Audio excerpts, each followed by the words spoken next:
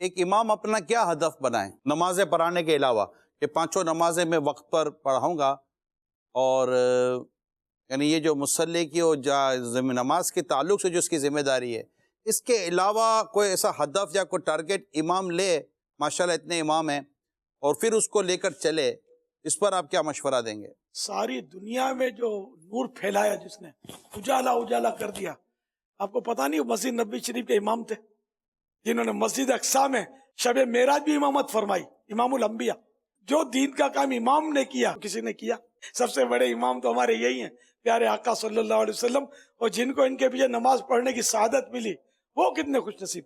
تو اللہ پاک توفیق دے کہ ہم امام کا بھی احترام کریں، اور امام بھی اپنا کردار ایسا پیش کرے کہ مطلب کوئی انگلی نہ اٹھائے، کہ سفید چادر پر معمولی سا داغ بھی ہو دور سے نظر آ جاتا ہے۔ تو امام کو بالکل اپنے موبے میں وقار میں رہنا ہے، اور بہت احتیاط کرنی ہے۔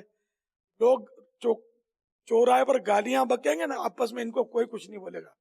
امام اگر خالی وہ چلتے چلتے زور سے ہنسے گا نا تو بولے بولا نہ ہوگا، ایسا کر رہا ہے۔ ہماری مسجد کا امام زور زور سے ٹیکے مار رہا تھا۔ ہم نے تو مدنی مذاکرے میں سنا ہے کہ کہکا لگانا یہ امام الانبیاء کی سنت نہیں ہے صلی اللہ علیہ وسلم۔ ایک میں سمجھانے کے لیے عرض کر رہا ہوں، گناہ نہیں ہے کوئی اگر زور سے ہنسا تو، لیکن ایک بات کہ نوٹ کرنے والے بھی نوٹ کرتے ہوں گے، تو اس لیے امام کو بہت سنبھلنا ہے، سوال کا دروازہ نہیں کھولنا۔ یہ میں آپ کو صحیح بولتا ہوں، آپ سوال نہیں کریں، ایڈوانس میں تنخواہ نہ مانگیں۔ میں نے زندگی میں نے امامت بہت کی ہے، 10 سال تک تو نور مسجد میں امامت کی ہے، میں نے سب سے زیادہ وہیں کی ہے۔ میں نے کبھی میری لائف میں نے ایڈوانس تنخواہ نہیں لی، بلکہ مجھے یہ 1-2 دن پہلے تنخواہ دینے لگے تھے۔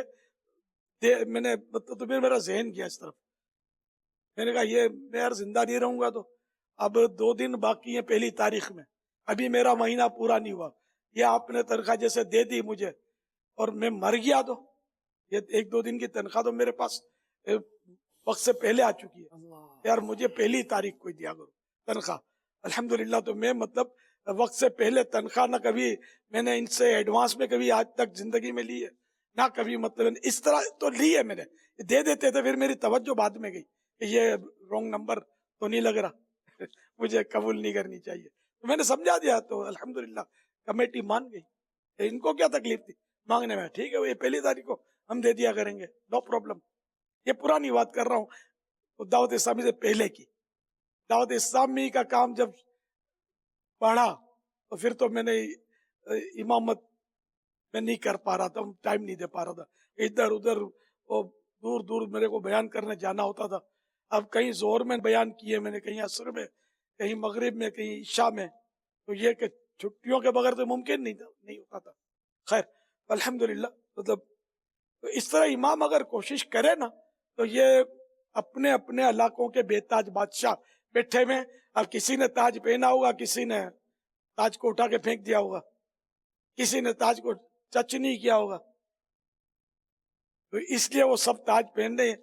تو بادشاہت کے لیے لوگ ویسے ہی کونسلر کے لیے بھی لڑتے ہیں، الیکشن لڑتے ہیں، لاکھوں روپے خرچہ کرتے ہیں، کتنے اس میں نہ جانے گناہ کرنے پڑتے ہیں، اور آپ کو تو امامت ملی ہوئی ہے یار، کونسلر بھی آپ کے پیچھے ہاتھ باندھ کے کھڑا ہونا ہے، آپ بڑے کونسلر ہیں۔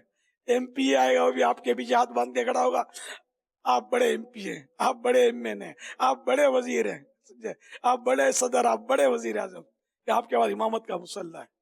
وزیر آئے گا، کوئی نہیں کہے گا اس کو جا کر کے میرا بچہ بہت روتا ہے وزیر صاحب ذرا دم کر دو، وہ آپ کے پاس ہی آئے گا، امام صاحب بچہ رات بھر روتا ہے، سونے نہیں دیتا، آپ ذرا دم کر دیجئے، ہے نا، یہی بولے گا نا۔ تو یہ کہ آپ کو تو ماشاءاللہ بڑی عزت کا منصب ملا ہوا ہے، تو اس کو سنبھالنا ہے۔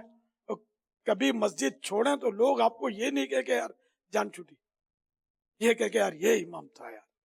دور دور سے نمازی آپ کے پاس آئیں گے، اگر آپ کا ملنسار طبیعت ہوئی، لوگوں کے سکھ دکھ میں حصہ لینے والے ہوئے۔ میرے پاس لوگ بے ٹیم آ کر تعویذ مانگتے تھے، بے ٹیم۔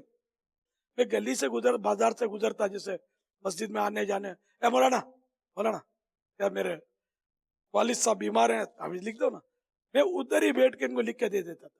اور اس طرح الحمدللہ لوگوں کے دلوں میں جگہ بنتے بنتے بنتے آج اللہ کی رحمت ہے کہ دعوت اسلامی کہاں کی کہاں نکل گئی. تو میں اماموں کو یہ عرض کروں گا کہ آپ چاہیں تو بہت کام کر سکتے ہیں، پر تھوڑا مطلب اپنے آپ کو سنبھال لیں، مسکرانا سیکھ لیں، سپاٹ منہ نہیں ہونا چاہیے. اگر لوگ ہاتھ چومتے آپ کا تو یوں نہیں دے دیا کریں، آپ تھوڑا یوں وہ توجہ کے ساتھ ان سے ملیں.